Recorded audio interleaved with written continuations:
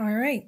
Today I want to share a little bit about the Via Francigena, a walking pilgrimage I made this past summer, and I wanted to share with you a little bit about it. The Via Francigena simply means the French way. And so a little bit of background about this. It's an ancient path walked by saints and sinners and everyone in between. Kind of the most famous the first recorded record of this walk was made by an Archbishop of Canterbury, Archbishop Sigeric. It is a 1,900 kilometer or 1,200 mile walk covering 4 countries. So we have the rain-drenched plains and hills of England to the cliffs of Dover, and then we cross over the port of Dover to Calais, France. And from there, the landscape is not too different from the vast plains of the Midwest. So we have John Deere tractors and fields included. Then through the foothills and forests, leading then to the foothills of the Swiss Alps, and then on to Italy, crossing over the Swiss Alps into Italy, where there are more mountains, rice paddies, Apennine Mountains, going through Tuscany, and eventually all the way to Rome. So I want to begin. I was trying to think, how do I share such a huge experience with you? How do I share this 3-month-long pilgrimage? And so I wanted to kind of focus on some of the themes that I kind of reflected on during this pilgrimage. And so I want to actually begin with something that happened only a few weeks ago back in Illinois here. And I was pondering this trip, and I was at Mass while visiting one of my friends, and the priest broke the host. And he didn't break it just in half, but into this small little piece. And I was just I don't know, kind of blown away by the fact that Jesus' body is so broken. He chooses to be broken. His church mysteriously is broken. Myself is so broken. It is such a mystery that he leaves us in this brokenness. And for me, brokenness is kind of the honest experience of this pilgrimage. So not only just this brokenness, but how the Lord saves us in that, how he creates something beautiful out of that. So this beginning was not just the first step, but also the first lesson. And here we have, this is Canterbury Cathedral. So it's very beautiful, very, very beautiful church. And here is some of the pictures of the interior. So this brokenness was seen even in this first encounter at this cathedral. So, and it's kind of almost a literal brokenness of the statues here. So, you can't see too well, but in this picture here, all these niches used to have saints on them. And during the Reformation, they took them down and smashed them all to pieces. And so, I was surrounded by this great beauty, and, but there was a touch of sadness there, a touch of that brokenness already in the first day, but there is still this immense beauty. The Lord still has his hand here. And this here is what used to be the place of the tomb of St. Thomas Becket, a martyr of the church, that they destroyed his tomb also during the Reformation. And I had a lot of experiences in England, being really close to the martyrs that have been there throughout the centuries. Also St. Thomas More, and it was actually, this sort of beautiful experience, this brokenness, but at the same time, what beauty. I mean, overwhelming beauty. So even at this beginning, we kind of start to see this meeting point of beauty and suffering. Here again, just that play of light and dark, that interaction between the light that we experience, but also the darkness that is also an experience of our human reality. So Here I am with my friend, Katie, moments before we start walking. This is mile zero. It is a strange thing to know that you have more than 1,000 miles left to walk. But, that's part of the pilgrimage is that you can only focus one day at a time. That's enough. The first day is enough to focus on. Here are some signs that point the way. Here in England, they weren't too hard to follow, though we did miss one and ended up walking a few miles out of the way and had to backtrack, which is the hardest thing to do when you're walking. France, the signs were pretty terrible, and the Swiss have it together, as you might expect. And the Italians don't really know what's going on, so it was an experience every step of the way, different signage. We search for the signs themselves. We search for the path, and we search for that on a physical way, but also, this pilgrimage is also a lot about searching for the signs that God gives us, the path that God gives us as well. This is just one of my favorite photos. Mainly, I love poppies, but this was kind of like a beautiful reminder, a beautiful thing to kind of make up for all the rain we experienced in England. So the first day was very telling for the whole trip. About a couple hours into the walk, there was a huge storm that never let up. It was very difficult because not only because of the long walking distances in the rain, which becomes draining, but also because we were walking through fields, and it just soaked us to the bone. And apparently, sandals were not the greatest choice for me in the rain, because I started getting my first blisters even on the first day. But, despite all of that, there were so many daisies, so many poppies. It was a surreal juxtaposition, the beauty and the discomfort. There were times that we would just see an entire field of white ahead of us, and it would be thousands and thousands of flowers. And through this rain, through these fields of flowers, we started praying the rosary. And on the last decade, the skies opened up for us, and Our Lady smiled on us with one of the most beautiful rainbows I have ever seen in my entire life.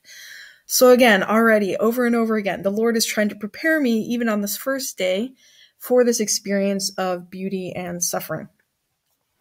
So these are our packs. This is the simplicity of living on this walking pilgrimage. All that we have, all that we're carrying, has to fit in these bags here.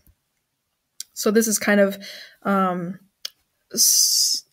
what I brought with me. I actually got rid of some of this stuff. This was taken at home, but kind of an idea of what I brought.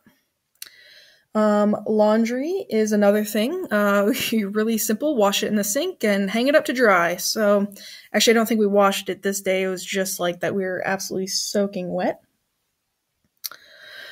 Finally, we made it to the coast, and we boarded on a ferry. Now, people keep asking me, well, how did you cross the English Channel? And I like to joke that, I've learned to walk on water, or, I swam across. But nope, we took this little ferry boat. Actually, it was quite large. But it was actually a really beautiful experience. These are the cliffs of Dover. And it was really, really interesting to see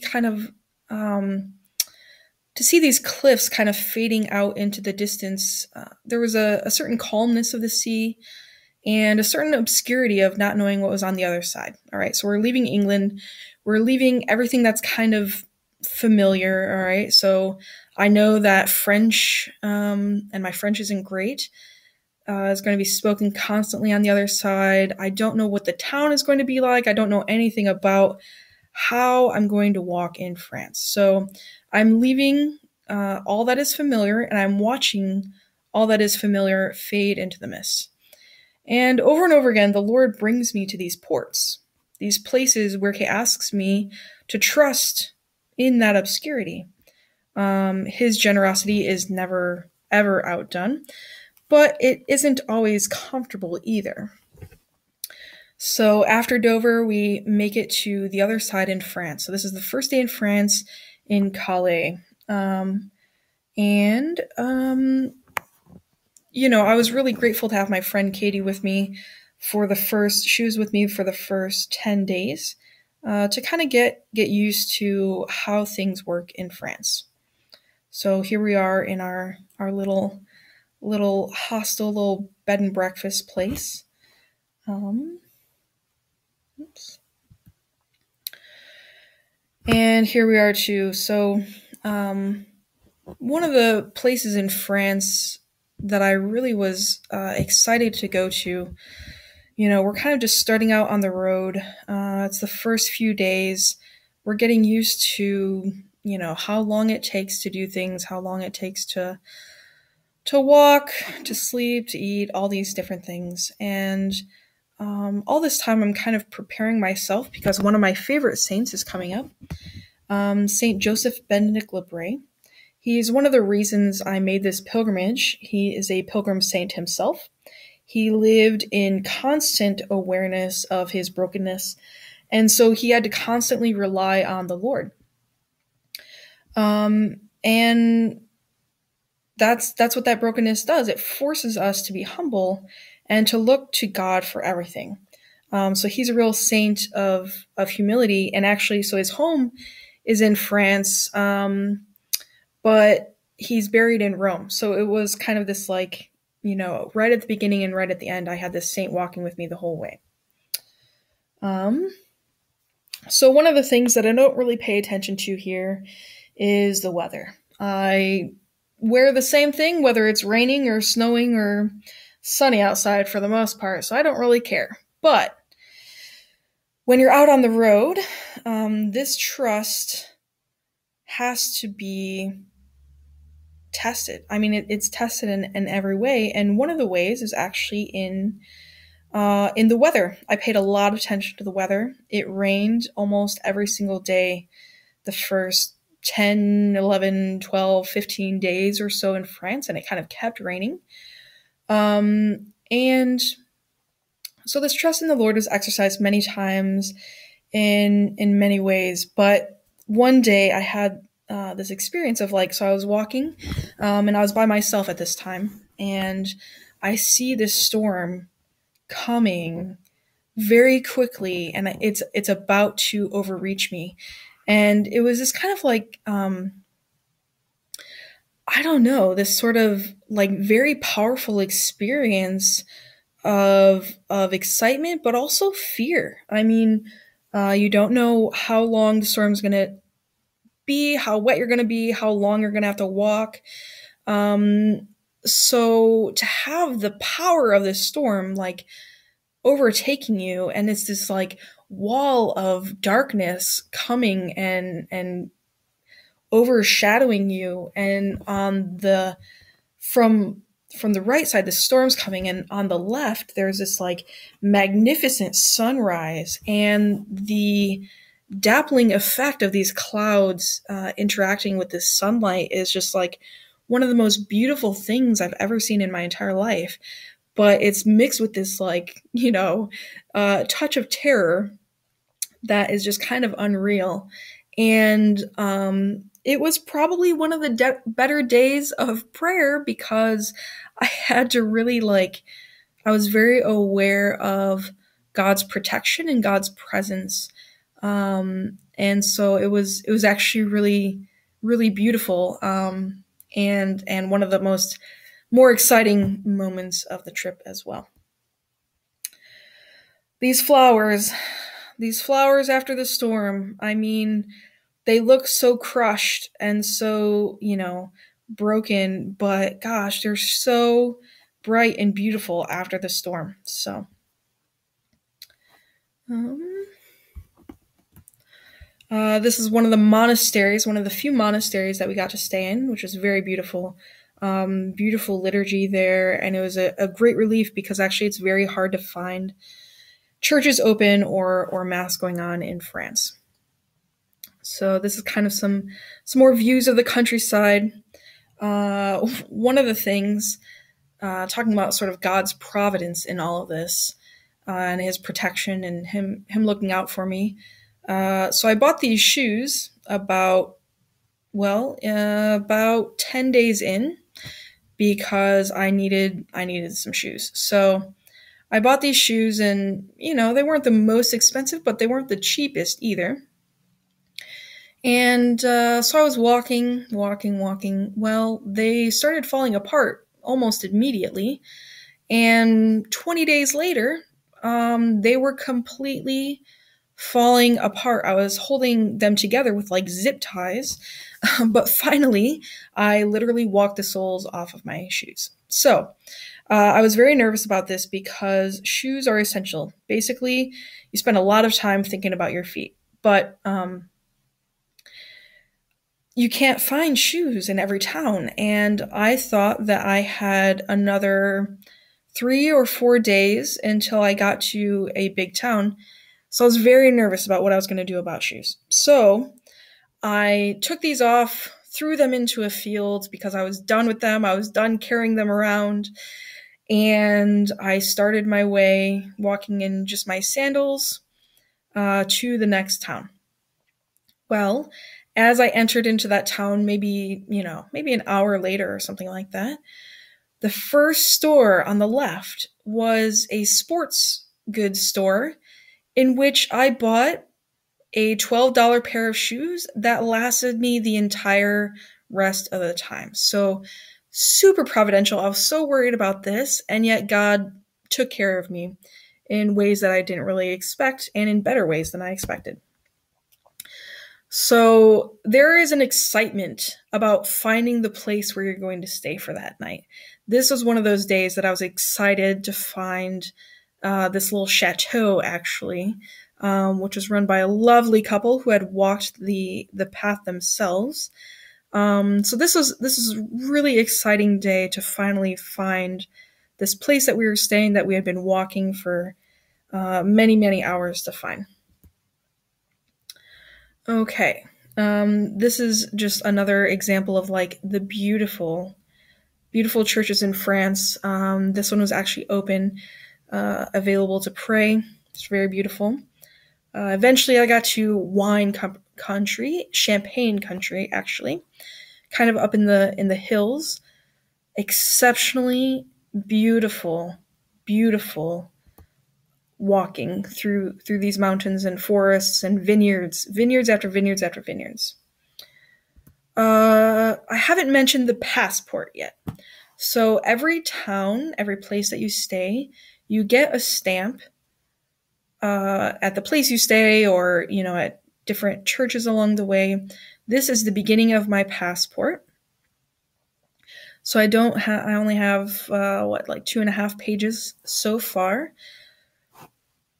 And this was the kind woman in the church who stamped my passport for me. So at the end, I'll show you the whole length of that, because it goes for another. This is pretty much at the beginning. So this is kind of up on this huge hill, this town on top of this hill, and looking out over the plains. This is a picture of one of the churches in Lyon, France. And this photo, I think, describes, for me anyway, my experience of France, because there is this church who at one time had this great glory, but is now seen as fairly small, as this church is seen kind of in the distance here. But it is the very heart of France, even if the French don't know it. Okay, so these clouds seem to threaten over it, but Our Lady has the Church of France in her arms. God's providence was so beautifully provided for me in this town. So the town right before this, actually, I was walking into town. My feet were pretty blistered, but I had the number of a deacon that I was supposed to call in order to find housing. So I got to town, I could barely walk anymore, and so I sat down in this square in order to take a rest and kind of gather myself for the act of courage I needed to make in order to ask someone to help me make this phone call. So, I had gathered some strength. I saw some people in this square, and I went over to them, and I just, in my broken French, tried to explain to them that I needed to make this phone call. And at first, they were kind of like just confused. But then after they saw that I wanted to call a deacon, they were very adamantly against helping me. It was very surprising and kind of very disappointing. And kind of disheartening, You've been walking, you're tired, you don't know where you're going to stay, which is kind of a burden sometimes when you don't know where you're going to stay for that night. And I was asking for help, and not only was I not receiving help, but they decidedly did not want to help me. So I was kind of discouraged by this. I asked 3 people, 3 different couples, and each one had about the same reaction. Well, I tried a couple different things, a payphone that doesn't work, and, so finally I just sit down again, just like wondering, what am I going to do?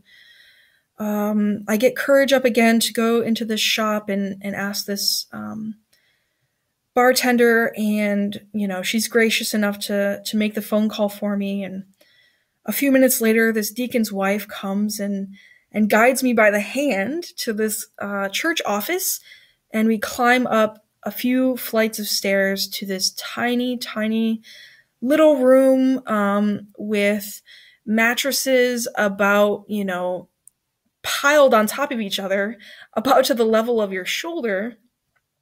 But then when you sat on them, they went all the way to the ground, and it was so dusty. I mean, like cobwebs and dust. I mean, it was kind of a strange place to stay, but I was so happy. I was so thankful for this place of refuge, for this small comfort. And later that night, I met up with some people who asked me to dinner after mass, and we had just one of the most lovely conversations, um, ranging all kinds of topics and talking about the church in France and these different things. And their charity is in the heart of France. Their charity is this strong but sturdy church amidst all these storm clouds, amidst all the uncharity of those around them. And I will never forget this experience of receiving this really beautiful hospitality from these people. So this was probably my favorite church, probably of the whole pilgrimage. So this is in Leon, and there's just so much light in this church. So it's this vast structure, right? It's heavy. There's a substantial weight to this structure, years and years of weight, but somehow it's built with light. There's somehow light seems to be part of the structure itself. And this light of eternity is also part of the heaviness of this world.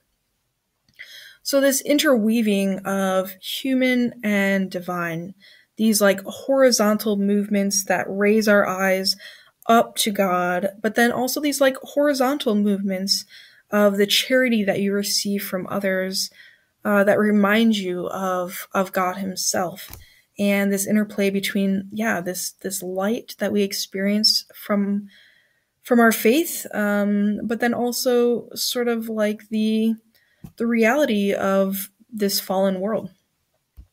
I'm going to show you a couple more photos of this church because it really was my favorite. So, and I really like this image of the crucifixion here. I think it speaks again of this relationship of suffering and beauty, and how that meeting point is really love. That most important moment of suffering and beauty and love, this consummation of love of Jesus on the cross. So a couple more photos here. Um, yeah, it's just like absolutely magnificent, you know. This is a photo from the place where I was staying. And here we are back on the path again, you know. So most of the days are pretty similar. You get up, have a little breakfast, walk for, you know, a couple hours, take a little break, walk again, keep walking, and then in the afternoon, you get to where you're going. So, but the landscape keeps changing, you know, every day. This was interesting. This was kind of some of my first encounters in the forests. Now, remember, if I haven't complained about the rain enough, it was raining, and there was so much mud. And actually, you can't really tell in this photo, but um, so this is kind of looking back, and this whole road was washed out. So I had to like cross through this other way, basically cross a river in order to get to the other side of this road. So it's so muddy. It is also infested with mosquitoes. I was literally surrounded for the next 2 hours by swarms of mosquitoes. I've never experienced anything like it. I mean, my legs were so bitten that at the end of the day they were painful to touch because like they were completely covered in mosquito bites. So some of the practical pains of the pilgrimage, but it was also kind of a really beautiful little way through the woods as well. I wish I could have enjoyed it more, but I was outrunning swarms of mosquitoes.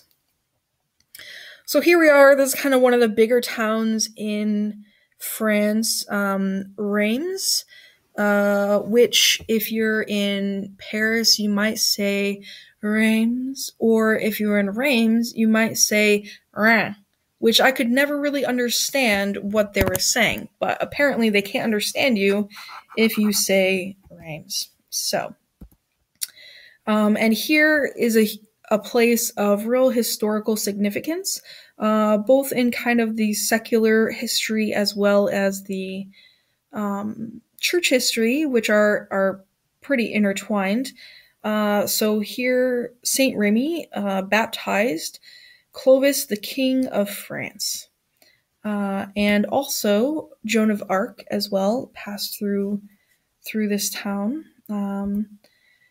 This is a little note that a sister put on my pack.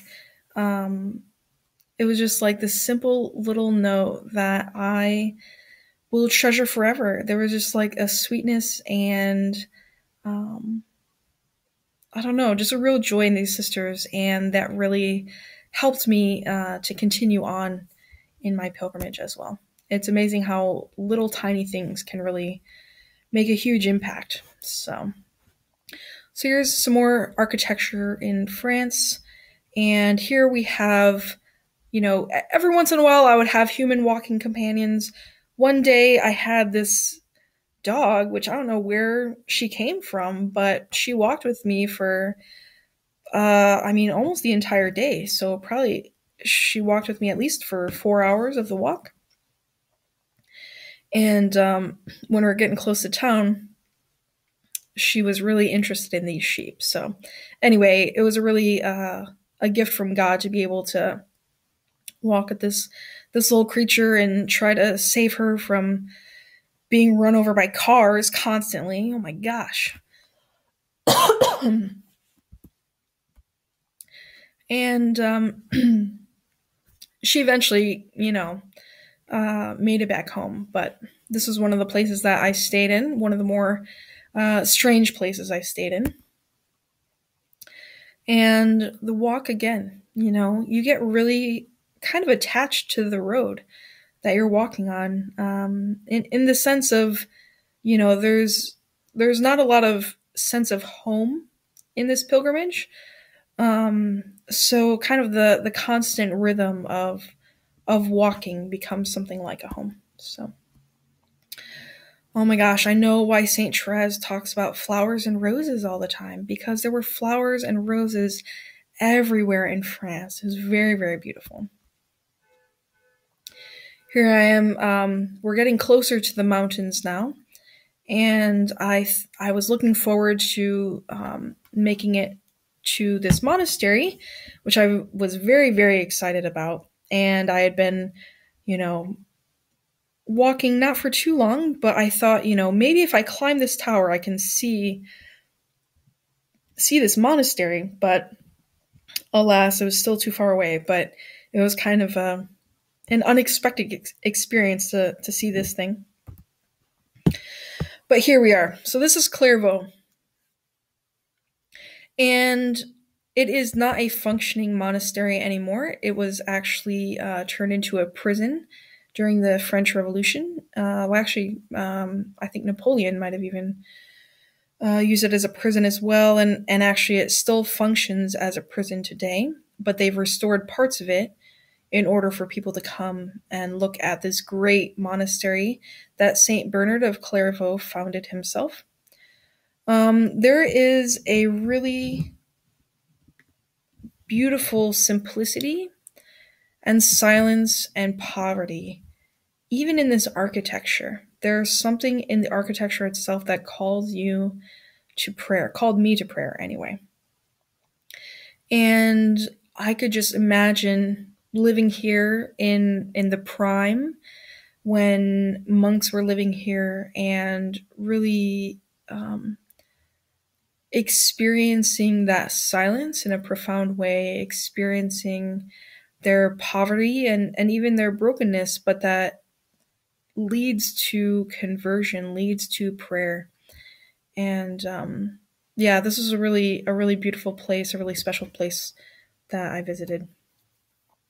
This is a statue of Saint Bernard that they have up on the hill overlooking the monastery. So the architecture as well keeps changing. Here we have Bar Sarab.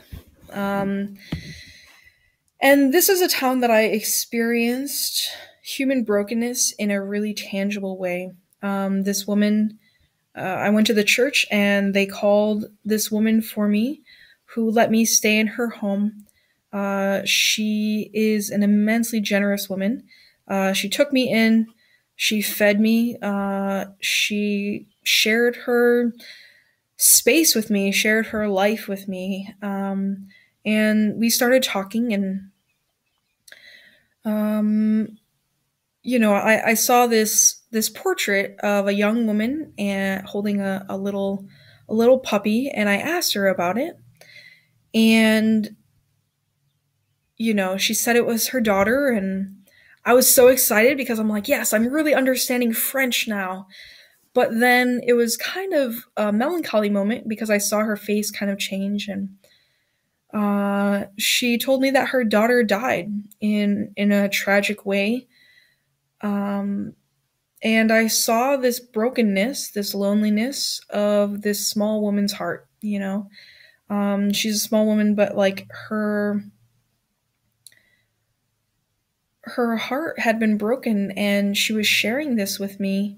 And although I didn't really understand all the words, there was an understanding of the suffering that she was experiencing.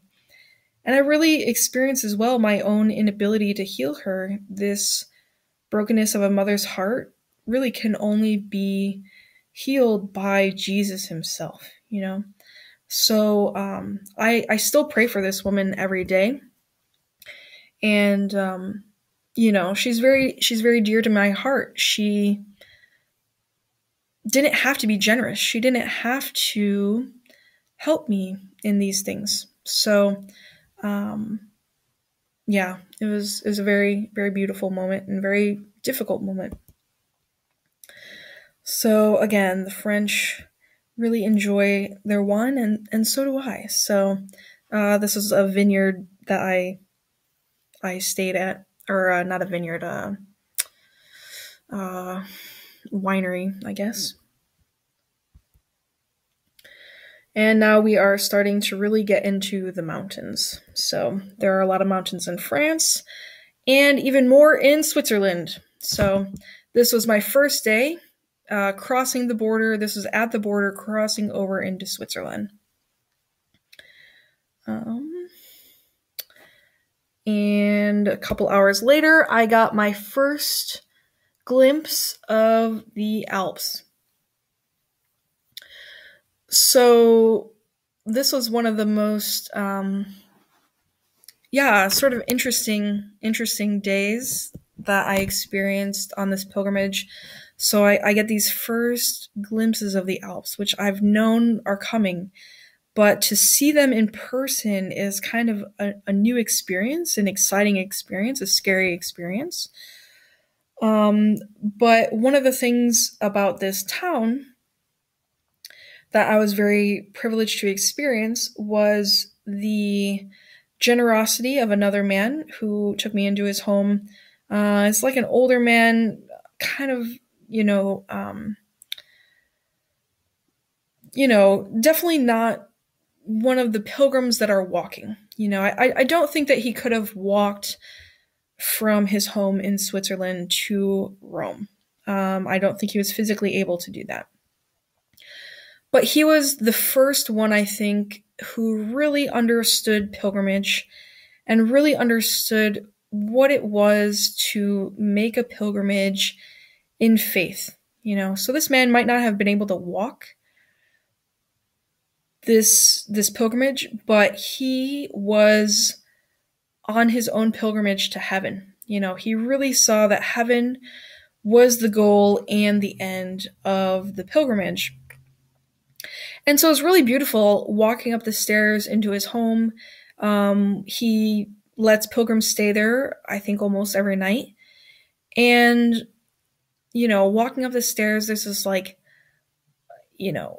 books covering every shelf on every wall, and the walls that aren't covered with books are covered with icons, and the walls that aren't covered with books or icons, there are shelves and tables full of music boxes, and so anyway, it was beautiful to share with him this common spirit of pilgrimage and love for Jesus, which was really refreshing, really, really beautiful.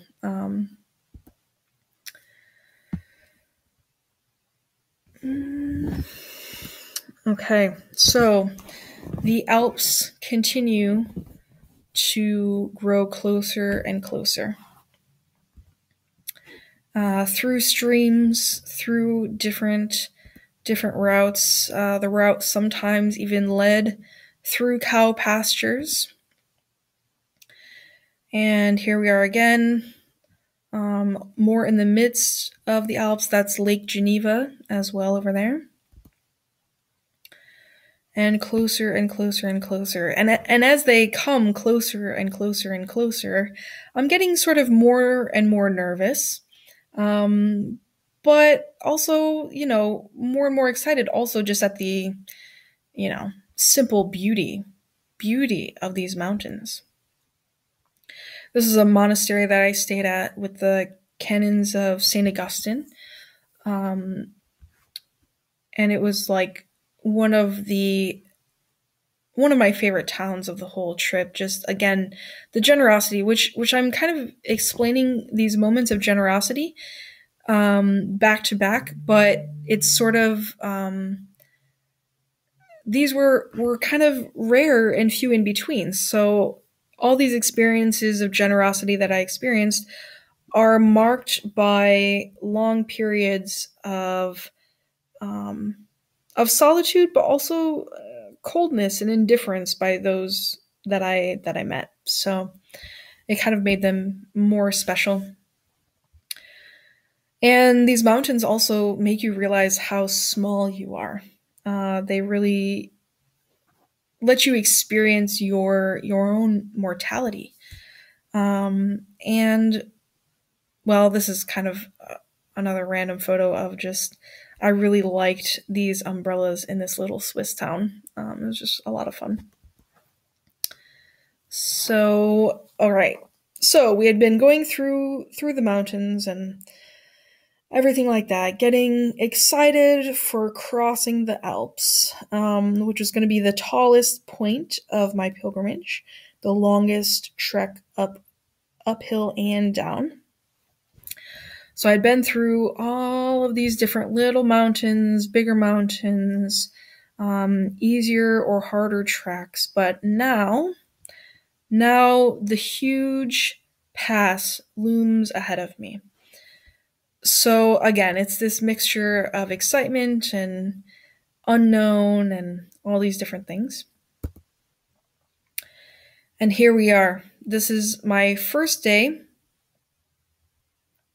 really climbing. And it was actually, so I woke up at like 5:30 in the morning, and it was already like 80 degrees out, which I was like, how is that even possible?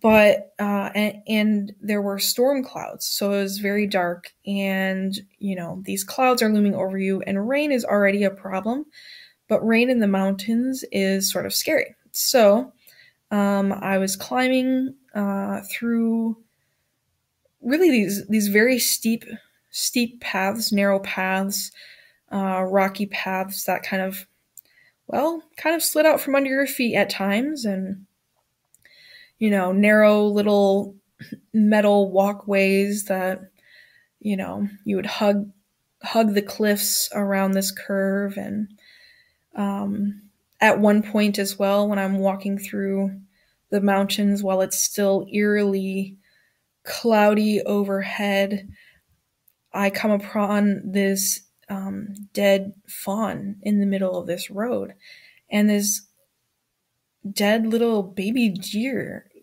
just like kind of shocked me and kind of freaked me out a little bit.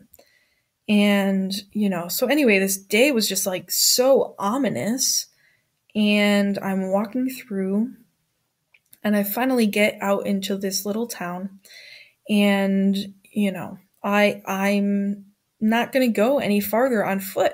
I just like, it started raining then, and it was just so slippery and everything like that. So anyway, I stopped at this town pretty early in the day, and like an hour or two after I stopped, the clouds parted, and it was just like exceptionally bright and beautiful, and these like cloudy mists coming over the mountains. And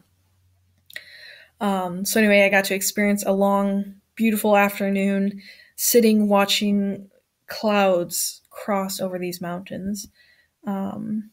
So yeah, in this like quaint little town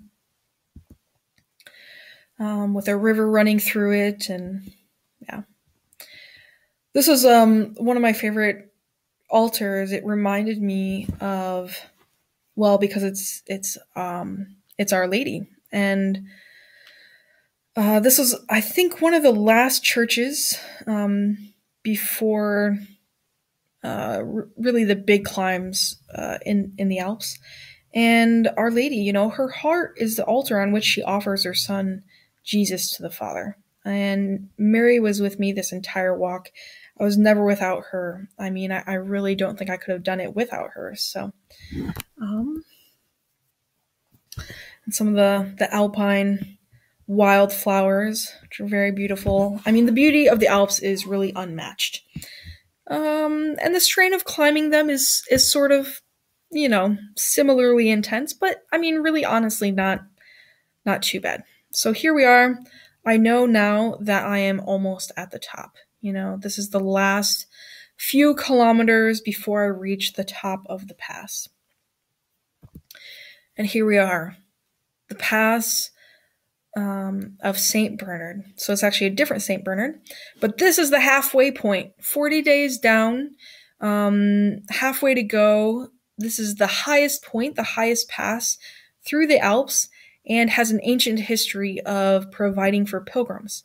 So St. Bernard, this is a statue of St. Bernard. He watches over the hospice, and he and his monks throughout the ages have been serving pilgrims and travelers for over 1,000 years. So there's this long history of hospitality and of rescuing people who are caught, especially in the snowstorms in the Alps.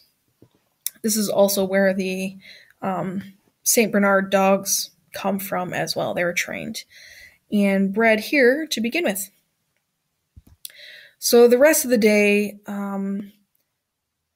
was just a day of rest. So I took a day of rest here, which I really needed, not only just physically, but spiritually. And I was very impressed with the spirituality of this place as well. They really made it a point that the people that volunteered there prayed together, worshiped the Lord together at Mass, really lived this life of communal service and communal prayer, which is very beautiful. And this is my last day in Switzerland as well, because now I have reached the border to Italy. So here we are walking across the border in Italy and looking back at Switzerland from the Italian side. And here begins the descent.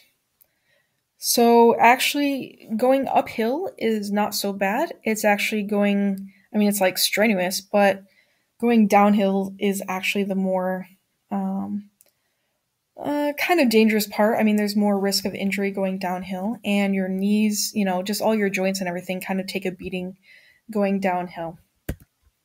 So Italy finally, still halfway to go, but I start to experience my own brokenness in a more powerful sort of way, in a more physical sort of way. So on my way down from the Alps, I kind of, my foot had been hurting for a while, but now it was starting to really become a problem. And kind of the mental toll as well. Just walking for that long kind of was starting to take a toll on me. So coming down these mountains kind of begins a more intense formation for me. So this is one of the first churches that I see in Italy, and already the style is very Italian, which is kind of neat to see. There are also castles all over the place. Every day I would be seeing different castles and things along the walk. So I've been walking for several days in Italy and came to Pavia. And this is one of the churches in Pavia. Again, like thinking about Our Lady, you can't really see it in this picture very well, but there are these souls in purgatory who are calling out to Our Lady, and her comfort of them, her help of them was really something that I've been thinking about a lot, especially because I've been walking this pilgrimage. I walk this pilgrimage for the intentions of the souls in purgatory. So for all of them, I was kind of bold. So, and here is the tomb of St. Augustine, and I just love St. Augustine so much. He has really taught me a lot about again, this mystery of how God draws us to himself. And I love that quote, or that phrase that he talks about, that beauty, ever ancient, ever new. How late have I loved you, Lord? You were in me, but I sought you without you. All these phrases that, speak so clearly what I have in my own heart as well. And just this great saint, to be able to pray at the tomb of this great saint was really exciting, was really great. I love Italy as well because they had these little shrines everywhere. So you can see that this is in a cornfield.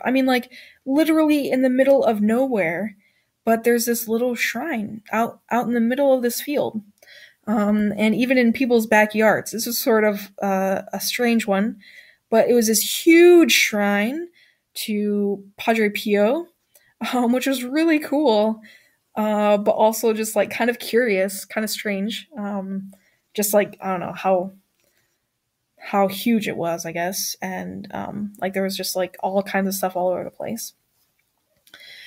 So you walk most of the time, but I took a ferry across the English Channel, and I also had to take a ferry across um, what river was it? River Po? I think so. So anyway, this nice ferryman, who this is kind of his work. He comes, picks up pilgrims. He's been recording pilgrims for the last 30 years or so, and so it was really cool to kind of touch that history. We all signed in this book and got this. He has this like huge stamp to stamp your passport with. But after this brief encounter, the walk continues. So, path after path, mountains. So this is another mountain range that I had to cross. And this is the second highest point, going through the Passo della Chiesa. And I really love this church. I love that the Lord conquers every height, the highest heights.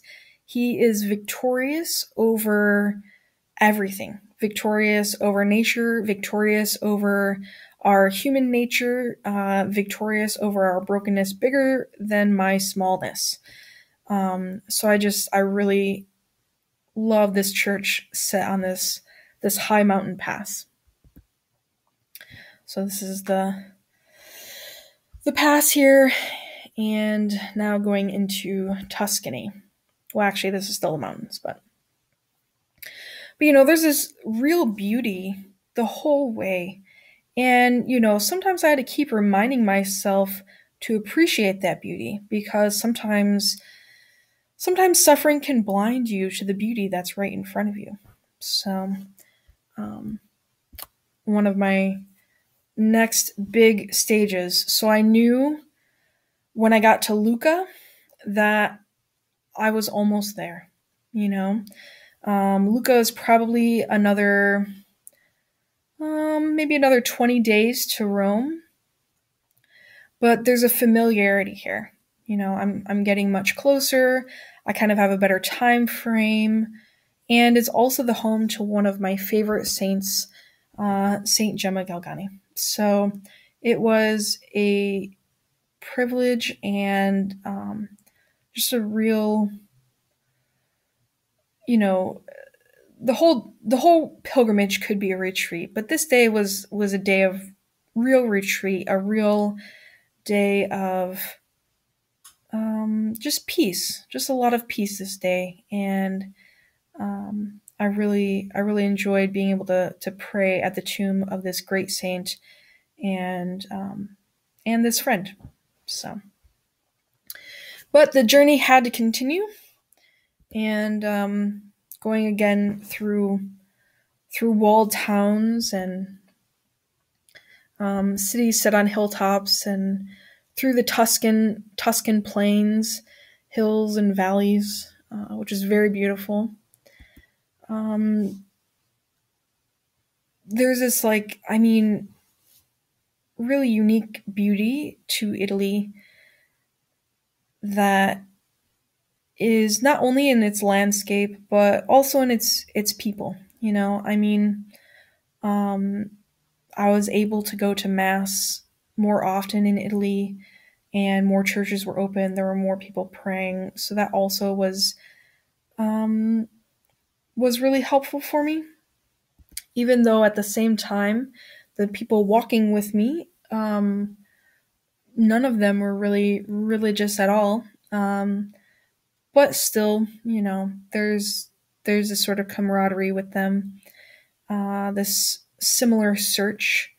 And, you have the same appreciation for moments of hospitality, like this, little place for you to rest and have some tea or coffee and continue on your journey. So now I see this is the first sign I saw pointing to Rome. This was in Siena. So now I know. Here we are. We're very, very close. Very, very close to the end, to the goal. So here we are in Siena, one of my favorite towns. It's this medieval town. There's high walls towering over you. Again, it's one of my favorite places. It's a place of saints and of beauty. The Sienese artists as well are some of my favorites. And there's sort of a turning point here as well. At this point, there are a lot more pilgrims. I get to speak to a lot more pilgrims, which is wonderful. Is wonderful. I really met a lot of friends during this time. But I also came to realize sort of the strength of this dictatorship of relativism. The loneliness kind of became even stronger than when I was walking alone, because most of these people were not pilgrims. I mean, they were doing different things. They were on vacation. They were doing it for sport, culture, which none of these things are bad. None of these things are bad. But it's just different. The way you walk is different. My goal was Rome. My goal is heaven. The only goal is heaven.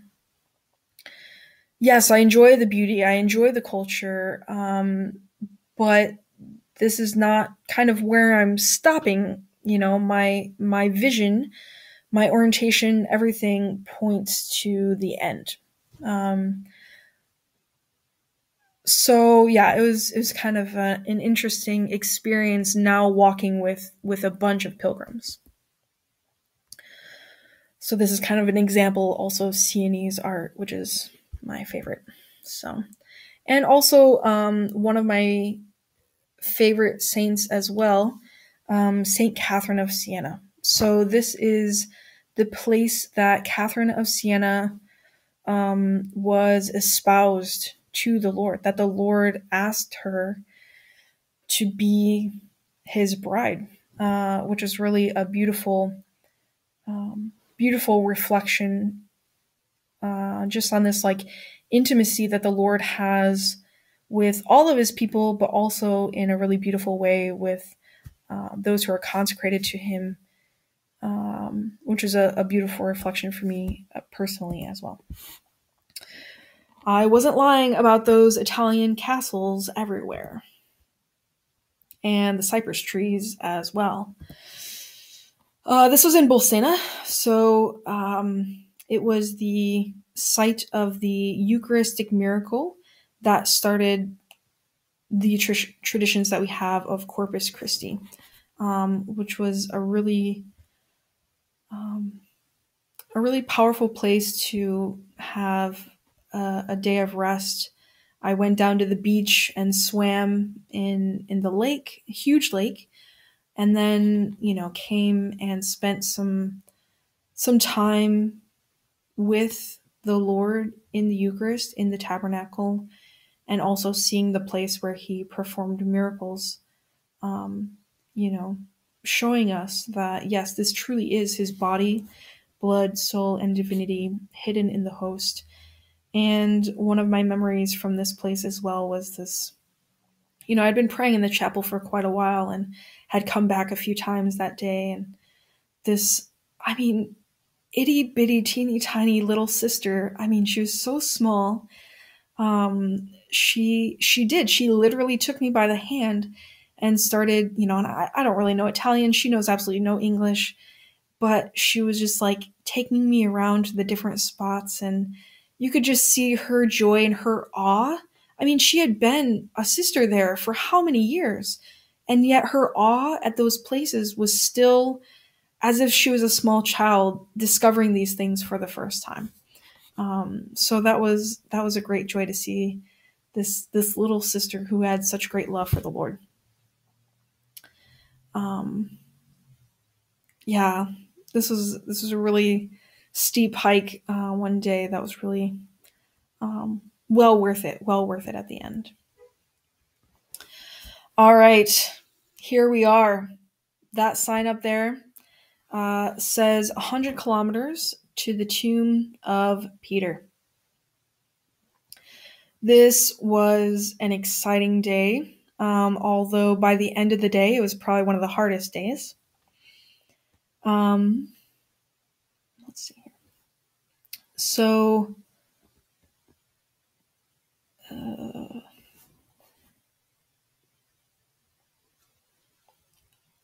at this point, I am like so close, but so far.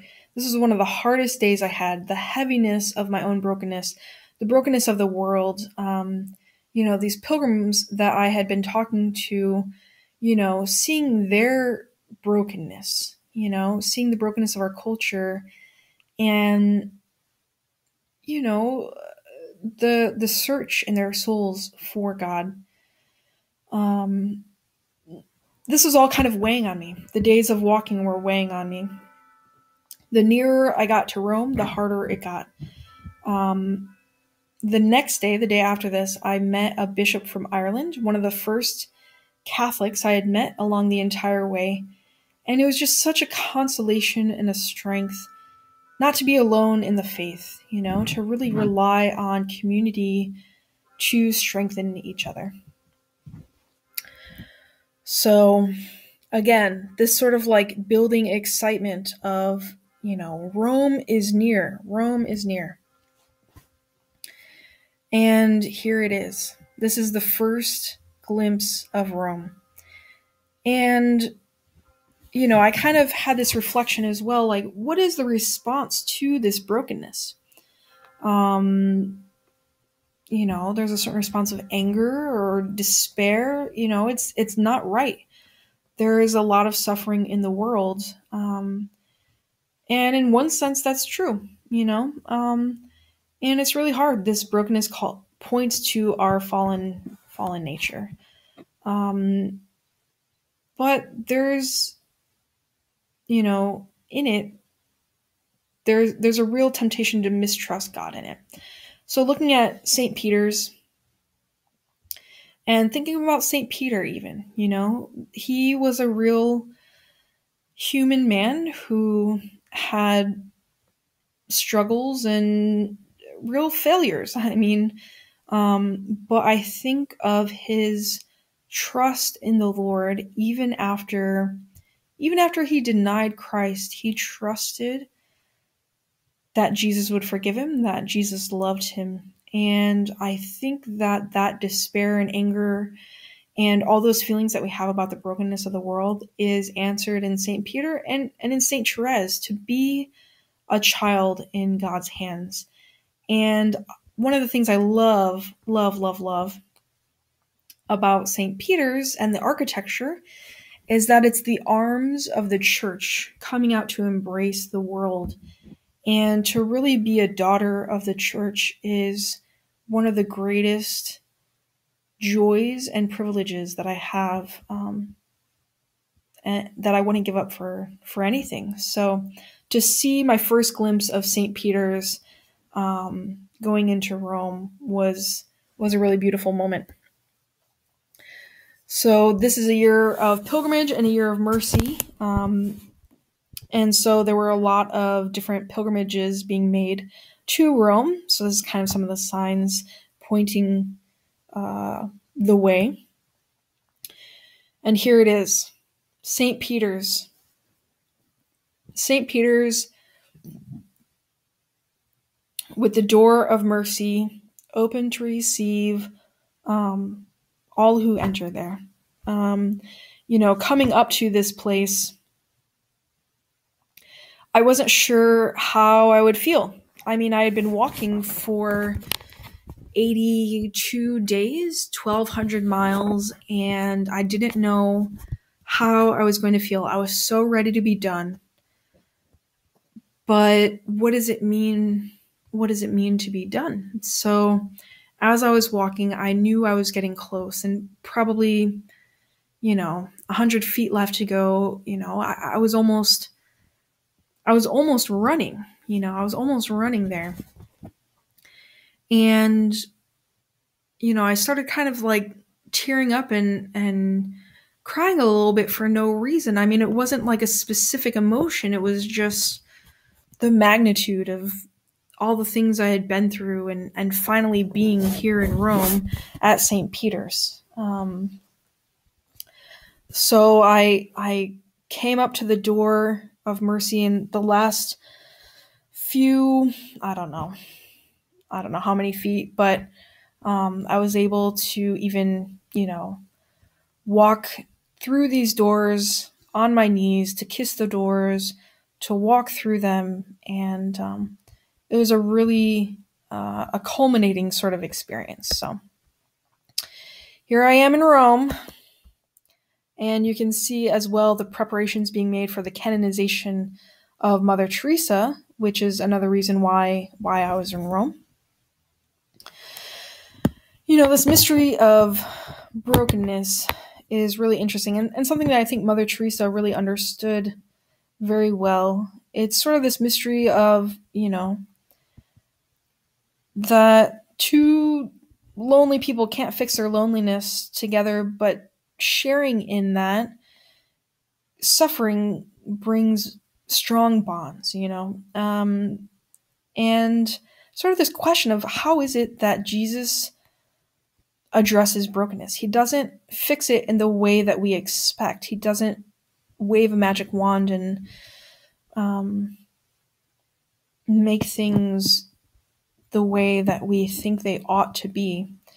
He hasn't just fixed my wounds. He didn't just fix things when he came into the world, but he did. He came and he suffered with us.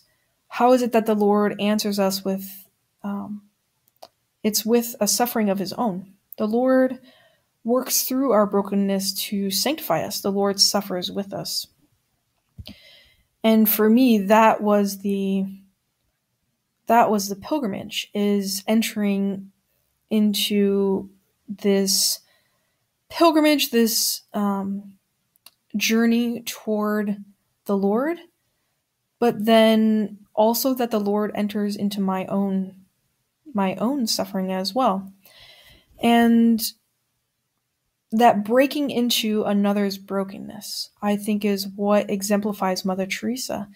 She didn't necessarily, solve all of the world's hunger issues or heal every person that came to her that was sick, but she entered into the other's brokenness. She entered into the Lord's suffering in those that she served.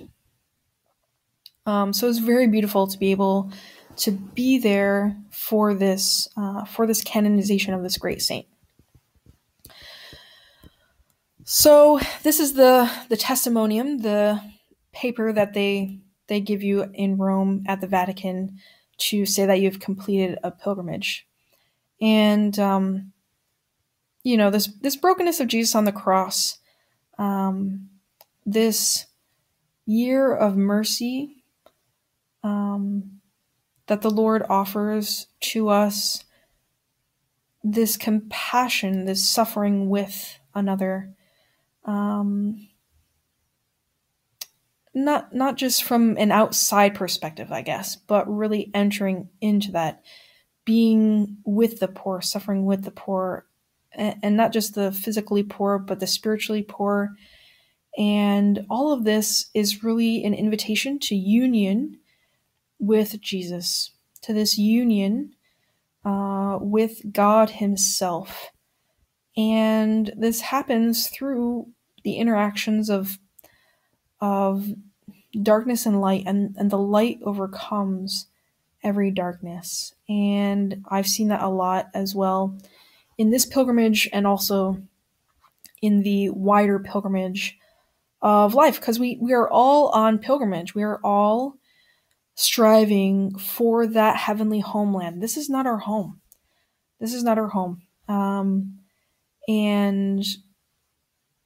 to be reminded by walking that I'm on pilgrimage when I'm in Illinois is a great gift and a great grace to be reminded of that every day. So sorry, this is kind of a terrible picture, but, I try to give you an idea of how long the passport was. There's many, many sheets, many sides to this. And, I just wanted to reiterate that, I don't know, that the Lord conquers, the Lord uses that, So in this picture here, we have Adam and Eve being taken by the hand by the Lord, and the devil and death are completely conquered, completely held underfoot.